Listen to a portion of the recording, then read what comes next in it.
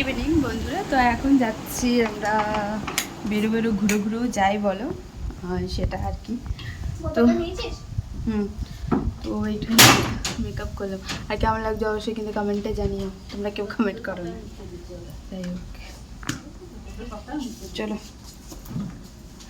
বেরোনো যাক।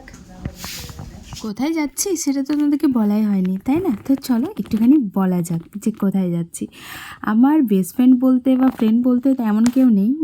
একটা ছিল যে খুব একটা কাছের মানুষ বলবো, ফ্রেন্ড বা বেস্ট ফ্রেন্ড অতটাও কিছু না। তবে ওর আর আমার বয়সের অনেকটা ডিস্টেন্স, অনেকটাই বড় ও আমার থেকে। তারপরেও আমরা দুজনা বেশ কথাবার্তাতে ম্যাচ হতো।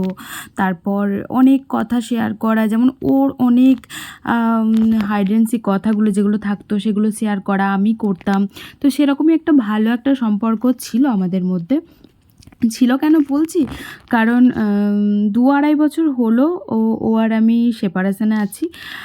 আমাদের মধ্যে কোনো কথাবার্তা কিচ্ছু হয় না, কিচ্ছু না। একটা সময় কিন্তু ও আমার সব থেকে কাছের সাথী ছিল, সব থেকে দুঃখে সুখের সাথী ছিল। একসাথে ঘুরতে যাওয়া, একসাথে যাই কেনা, একসাথে কেনা জামা কাপড় যাই বলো, তো এরকম একটা সম্পর্ক ছিল।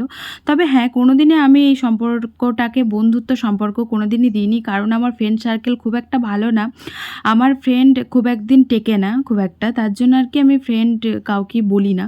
ওই মানুষের সাথে ভালো সম্পর্ক হলে তার সাথে একটা অ্যাটাচমেন্ট তৈরি হয়, সেরকমই একটা সম্পর্ক ওর আর আমার ছিল। তবে ওর দিক থেকে আমার আর ওর সম্পর্কটা বেস্ট ফ্রেন্ড হিসেবেই ছিল, বাট আমার দিক থেকে আমি আমাদের সম্পর্ক কোনো রকম নাম দিইনি। হ্যাঁ, ভালো লাগতো কথা বলতে, কথা বলতাম। যখন আমি জয়পুরে ছিলাম, ওখানকার কথা বলছি, তো ওখান থেকে আমাদের আলাপ। আর ওখান থেকে আলাপ হয়ে ও এখন কাটোয়াতে শিফট হয়ে গেছে। তার জন্য এখানে এসেও ওখানে খুবই আলাপ পরিচয় ছিল। তারপর এখানে আসার পর সবাই সংসার নিয়ে ব্যস্ত, আমিও এখানে চলে আসলাম, আমিও নিজের কাজবাজ নিয়ে ব্যস্ত, আর ও নিজের ছেলে মেয়ে নিয়ে ব্যস্ত। ওই যে বললাম, আমার আর ওর অনেকটা বয়সের ডিস্টেন্স, কারণ ওর দুটো বড় বড় বাচ্চা আছে। তারপরেও আমরা আর কি একটা ভালো সম্পর্কে আছি।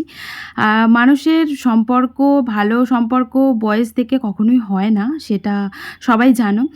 আর সেরকমই একটা আর কি কিছু। যাই হোক, এখন চলে এসেছিলাম কাটোয়ায়, আর 2 বছর পর আমি ওর সাথে দেখা করতে যাচ্ছি। তো হঠাৎই আমাদের কথা হয় যে চলো একদিন তাহলে দেখা করা যাক, অনেক দিন তো কথা হয় না।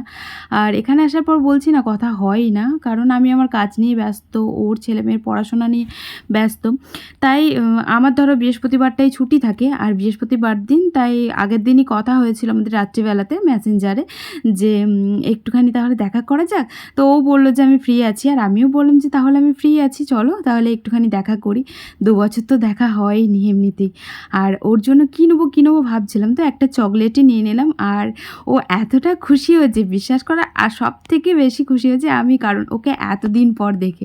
এই যে আমার অনেক কাছের একটা মানুষ, আমার সব কিছু বোঝে, সব কিছু জানে, তার জন্য আমার এত ভালো লাগে। আর অন্য অন্য বন্ধুবান্ধবীরা কী বলো তো, ওর কথা নিয়ে এর সমালোচনা করে, বাট আমি ওকে যতগুলোই কথা আজ পর্যন্ত বলেছি, বিশ্বাস করো আমি কোনোটাই লিক হতে শুনিনি, মানে ওর মুখ থেকে যে এই কথাটাও লিক করেছে। তো এরকমটা কোনো দিনই আমাদের হয়নি। আর অনেকক্ষণ গল্প করতে করতে অনেকটা টাইম পেরিয়ে গেল। তো তারপরও অনেক রকমই কথাবার্তা বলছিল, যেটা আর কি আমরা অনেক দিন কথাবার্তা বলিনি, এবার অনেক দিন পর একটা আলাপ হলে যেরকম একটা কথাবার্তা হয়। আর আমরা গেছিলাম কাটোয়ার মরাঘাটে, আর এখানে এসে সত্যি বলছি এত সুন্দর হাওয়া দিচ্ছিল, তার মধ্যে আবার এই প্রিয় মানুষটার সাথে, মানে একসাথে। আমি বলে বোঝাতে পারবো না তোমাদেরকে। না, কিচ্ছু খাবো না। রে কোন ধরে আছে, কি রে, শুধু ধরে থাক আমাকে, শুধু ধরে থাকে। 2 বছর কাটিয়ে দিলে না ধরে। সত্যি করি, কিছু কিছু সম্পর্ক হয়তো বন্ধুত্ব সম্পর্ক না হয়েও এত সুন্দর একটা সম্পর্কে থাকা যায়, এটাই মানে অনেক। আর আমরা এখন পাপড়ি চাট খাবো বলছিলাম, আর আমি এক জায়গায় পাপড়ি চাট খেয়েছিলাম, সেটা হচ্ছে এত বাজে ছিল। তো তারপর আমি মানাই করছিলাম, তারপর ওই বললো যে খেয়ে দেখো এখানকার পাপড়ি চাটটা। আর এই যে এখন নিয়ে নিয়েছি 3 জনে মিলিয়ে। আর আমি আর আমার বোন এসেছিলাম, কারণ বাড়ি থেকে আমাকে একা খুব একটা ছাড়ে না, যার জন্য আর কি। আর তারপরে নেওয়া হয়েছিল আইসক্রিম, আর আইসক্রিমের চকলেটটা আমার গালের মধ্যে লেগেছিল। আর ওখান থেকে বেরিয়ে আর কি আইসক্রিমটা কিনে নিয়ে বেরিয়ে চলে আসলাম, খেতে খেতেই আর কি আসলাম, সেটা তোমাদের সাথে ভিডিও ক্যাপচার করা হয়নি আজ আসলে অনেক দিন পর কথা বলছি তো ওর সাথে, তাই গল্প করতে করতেই সময় অর্ধেক পেরিয়ে গেছিলো। তাই তোমাদের সাথে তেমন কিচ্ছু শেয়ার করা হয়নি। অনেক গল্প করেছি, অনেক মজা করেছি, অনেক কিছু, বিশ্বাস করো অনেক কিছু। আর সত্যি তাই, মানে সত্যি বলছি, ওর সাথে দেখা হয়ে কথা হয়ে যখন একসাথে হাঁটছিলাম তখন মনে হচ্ছিলো কিছু কিছু সম্পর্ক গার্লফ্রেন্ড বয়ফ্রেন্ড হাজব্যান্ড ওয়াইফ থেকেও যেন উপরে হয়, আর বন্ধুত্ব সম্পর্ক থেকেও উপরে হয়। এতটা যে ভালো লাগবে সত্যি বুঝতে পারিনি। এই দিনগুলো সেই আগের দিনগুলো মনে পড়ে যাচ্ছিলো। আর সত্যি ওকে যখন ছেড়ে চলে আসছিলাম না, খুব কষ্ট হচ্ছিলো, বিশ্বাস করো, যে আবার জানি না কবে আমাদের দেখা হবে, কবে আমাদের কথা হবে। আর এই কথা বলতে বলতেই না আমরা দুটো ট্রেন মিস করেছি। তো কথা তো ছিল সন্ধ্যের মধ্যে বাড়ি ঢুকে যাব, যেহেতু বিকাল করে বেরিয়েছিলাম, কিন্তু অতদিন পর মানুষটার সাথে কথা হচ্ছে, সন্ধ্যের মধ্যে কি বাড়ি ঢোকা যায় বলো? যায় না। তার জন্য দুটো ট্রেন আমাদের মিস হয়ে গেছে। আর একটু মনে কষ্ট নিয়েই বাড়ি যাচ্ছিলাম, কারণ মুখ দেখেই বুঝতে পারবে সত্যিই কষ্ট হচ্ছিলো। আর ও আসার সময় তো ও কান্না করে দিয়েছিল। মানে ও আমাকে সত্যিই প্রচণ্ড ভালোবাসে, আমি বলছি না, খুবই ভালোবাসে। আর আমাদের সম্পর্কটা অনেক দিনের, বিশ্বাস করো। আমি আজ থেকে প্রায় আমার বিয়ের পর থেকেই আমাদের সম্পর্ক। তো সেই একটা সম্পর্ক, সেই জায়গা থেকে একটা সত্যি একটা আলাদা রকম ফিলিংস। তার মধ্যে আবার কথা হয় না, তার জন্য তো আরও কষ্ট হয়। হ্যাঁ, কথা হয় না বলতে 2-4টে কথা হয়, বেশি হয় না। তো সেই সব নিয়ে আর কি খুবই মনটায় কষ্ট হচ্ছিলো যে আবার কবে দেখা হবে, কথা হবে। আর ট্রেন তো পেলাম না, তাই ভাবলাম যে বাড়ির জন্য কিছু একটা নিয়ে যাব। আর আগে থেকেই ভেবেছিলাম বাড়ির জন্য নিয়ে যাব।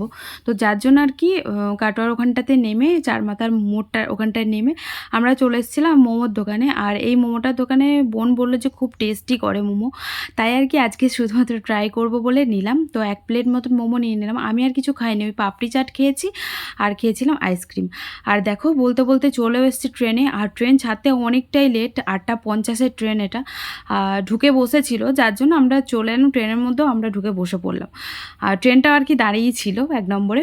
আর বসে এখন লেডিসে উঠেছি, উঠে একটু ভয় করছিল, কারণ পিছনে দেখছো আমার কেউ নেই। পিছনে কেন, সাইডে আশেপাশে কেউ ছিল না, আমি আর বোন। দাঁড়াও তোমাদেরকে দেখাই। বোন ওদিকে একা, আমি ওদিকে একা। আর অনেক ছেলেপেলে উঠছিল, তো একটু ভয় লাগছিল। আর যেহেতু অনেকটা রাতও হয়ে গেছিলো, তার জন্য একটা স্টেশন ভয় অতটা নয়, কিন্তু তারপরও একটা মানুষের মনের মধ্যে ভয় হয়, কারণ আজকাল যা হচ্ছে, দিনকাল যা পড়েছে। তো দেখো বলতে বলতে বাড়িও চলে এসেছি। এখন বাজে 9টা মতন। আর বাড়িতে একটুখানি বকা খেলাম, কারণ বাড়িতে তো বলে গেছিলাম যে চলে আসবো সন্ধ্যের মধ্যে, কিন্তু কি করব বলো, লেট হয়ে গেল, কিছু করার নেই। আর কারোর সাথে দেখা করতে গেলে না একটু সময় নিয়েই যেতে হয় হাতে। তো চলো আজকের মতন ভিডিওটা এখানেই এন্ড করছি। Tata, good night.